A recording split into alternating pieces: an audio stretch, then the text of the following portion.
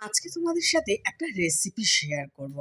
এই রেসিপিটা আমি কিন্তু জানতাম না, হয়তো তোমরা অনেকেই জানো, কিন্তু যারা জানো না তাদের আজকে রেসিপিটা ভীষণ ভালো লাগবে।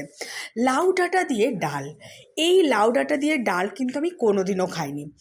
সোশ্যাল মিডিয়াতেই একটা ভিডিও দেখে জানতে পারলাম যে লাউ ডাঁটা দিয়েও নাকি এরকম ডাল হয়। তবে যে ভিডিও দেখেছিলাম সেখানে পেঁয়াজ, আদা, রসুন নানান রকম কিছু দিয়ে করেছিল।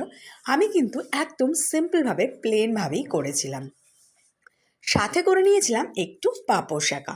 আর বিশ্বাস করো, অসাধারণ খেতে লেগেছিল। এই রকম খাবার যদি আমার সামনে থাকে, আমি চিকেন মাটন কিছুই খাবো না, কিন্তু হ্যাঁ, মাছটা আমার অবশ্যই লাগবে। মাছটা আমি ভীষণ ভালোবাসি খেতে। তোমাদের সাথে এই রান্নাটা আমি শেয়ার করলাম, তোমরাও অবশ্য ট্রাই করে দেখো, তোমাদের কিন্তু দারুণ লাগবে। আর আমার শাশুড়ি মা পাঠিয়েছিল মাছ, যেটা অসাধারণ খেতে হয়েছিল সব সময়ের মতো।